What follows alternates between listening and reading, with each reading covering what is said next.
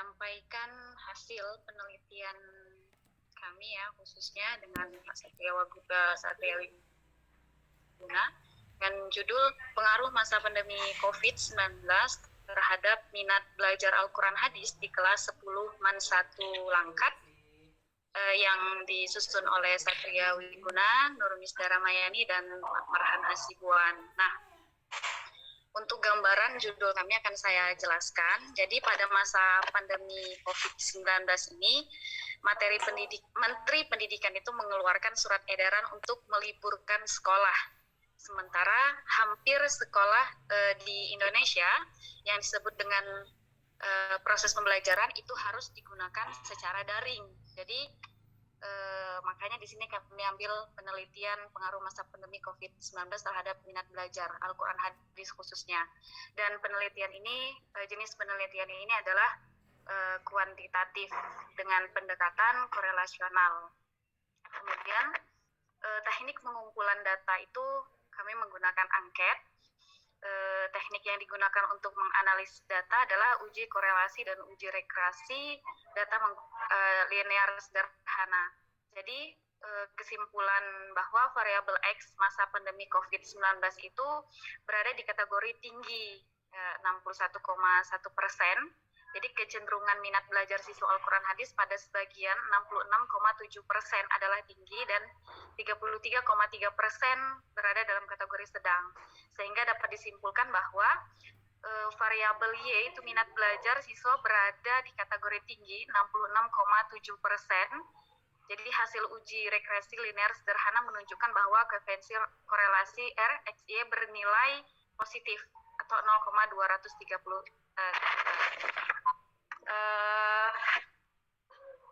Gambaran pengaruh pandemik COVID-19 terhadap minat belajar Al-Quran Hadis di kelas 10 MAN 1 Langkat. Jadi pokok permasalahannya itu adalah pandemi COVID-19.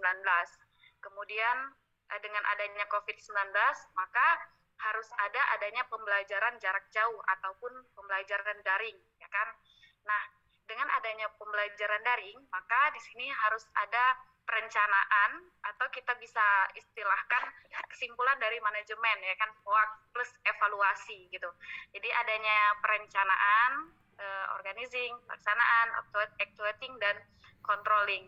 Nah, dengan adanya POAK plus evaluasi tersebut, maka di sini dapatlah kita lihat tantangan guru dan siswa dalam pembelajaran jarak jauh itu apa. Kemudian di akhirnya nanti akan kami berikan bagaimana solusi terhadap permasalahan dan tantangan yang dialami oleh guru dalam proses pembelajaran secara daring.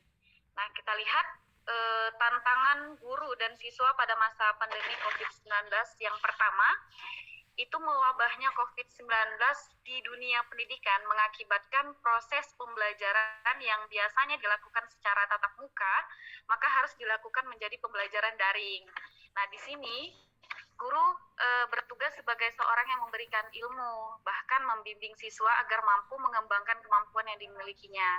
Jadi perbedaannya ketika kita melakukan proses pembelajaran secara langsung, itu akan memudahkan guru atau siswa dalam melakukan proses pembelajaran.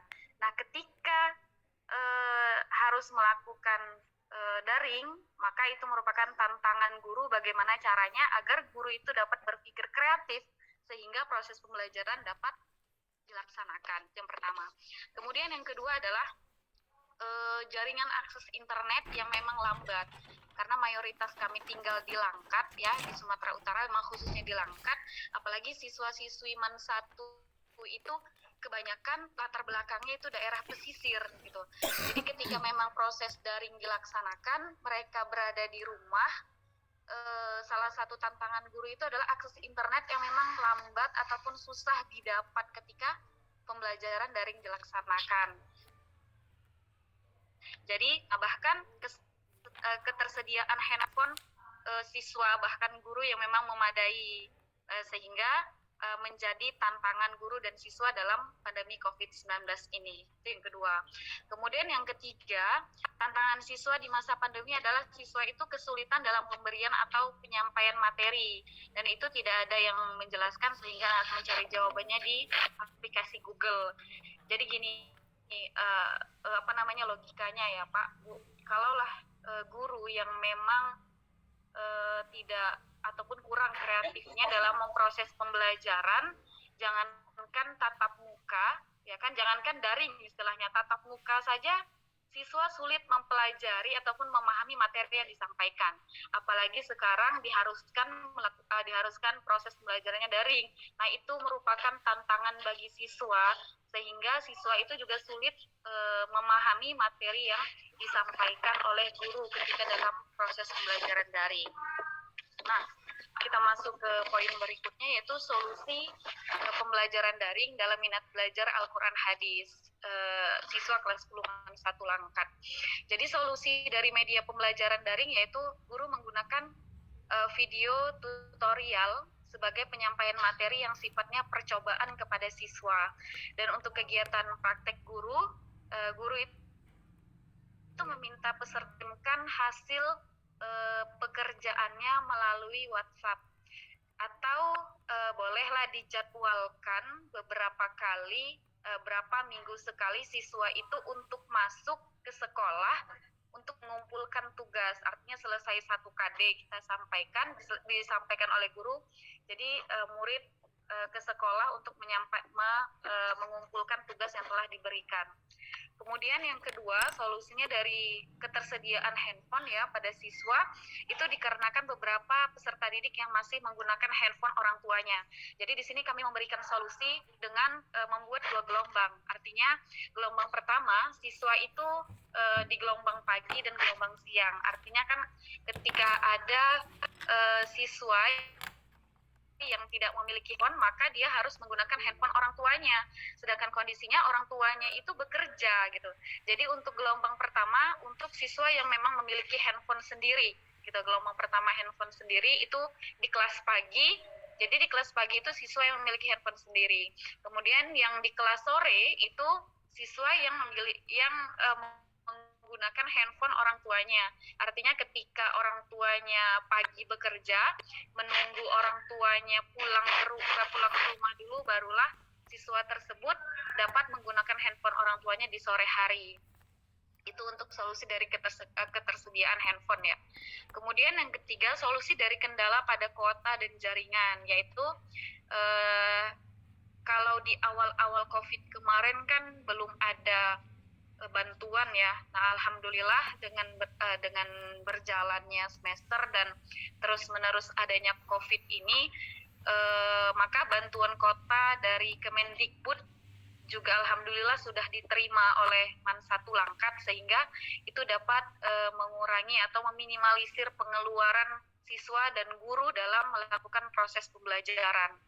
Kemudian solusi dari kendala pada penilaian belajar siswa itu, guru memfokuskan satu-satu peserta didik yang sangat jarang mengumpulkan tugas dan praktek. Kemudian guru menghubungi orang tua siswa secara personal menanyakan apa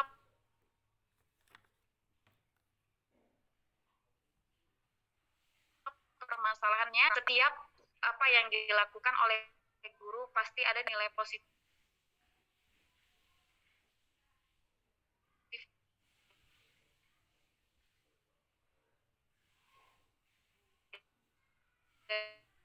negatif. Gurunya itu sudah semaksimal mungkin melakukan media apa atau cara yang bagaimana agar siswa itu tetap melakukan proses pembelajaran. Tapi masih juga ada siswa yang tidak mengumpulkan tugas. Itu salah satu alasannya adalah karena siswa itu tidak dia membantu keluarga ataupun membantu orang tuanya untuk berjualan dari pagi sampai sore hari gitu. Bahkan sampai maupun dia tinggal lelahnya, jadi dia sudah tertidur dan dia tidak mengerjakan tugasnya. Nah, itu dilakukan oleh guru. Solusinya adalah guru itu ternyata menanyakan langsung kepada orang tua atau menghubungi orang tua siswa tersebut untuk menanyakan apa permasalahannya siswa tersebut tidak ikut daring, bahkan tidak mengerjakan tugas sama sekali gitu. Kemudian yang terakhir ada solusi dari kendala pada pengawasan belajar siswa. Nah, cara untuk mengatasinya yaitu guru itu melakukan pemantauan pendampingan melalui WhatsApp